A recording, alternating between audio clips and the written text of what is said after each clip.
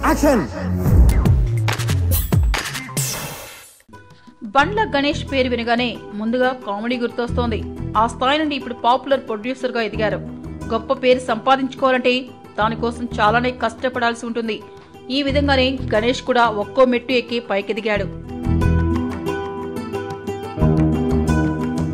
తన last cinema temper తో అదృశ్యమైన గణేష్ చాలా రోజుల తర్వాత ఓ యూట్యూబ్ ఛానల్ కి ఇంటర్వ్యూ ఇస్తూ ప్రత్యక్షమయ్యాడు. ఈ ఇంటర్వ్యూలో మాట్లాడుతూ నేను రవితేజను ఒక సందర్భంలో మోసం చేశానని చెప్పాడు. ఒకసారి రవితేజ నా దగ్గర పొలం కొనుక్కున్నాడు. ఈ పొలం విషయంలోనే నేను మోసం చేశానని చెప్పుకొచ్చాడు. అలాగే నేను జూనియర్ ఎన్టీఆర్ తో చేసిన బాద్షా సినిమా చేయడం కారణంగా ఎంతో నష్టపోయాను. అందుకే ఎన్టీఆర్ తో విభేదాలు ఏర్పడ్డాయని చెప్పాడు.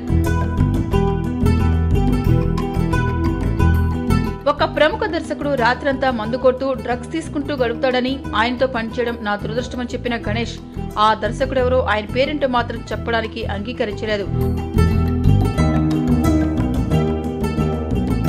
ఇక నా దేవుడి పవన్ కళ్యాణ్ కు ఎవరూ సహాయం చేయనవసరం లేదు. ఏదైనా సమస్య ఎదురైనప్పుడు స్వయంగా పరిష్కరించుకోగల శక్తి సామర్థ్యాలు ఆయనకు ఉన్నాయని ప్రముఖ నిర్మాత బండ్ల గణేష్ అన్నారు. మీకు ఈ వీడియో నచ్చితే ఒక లైక్ కొట్టండి, లేకపోతే కామెంట్ చేయండి. బట్ సబ్స్క్రైబ్ చేయడం మర్చిపోకండి.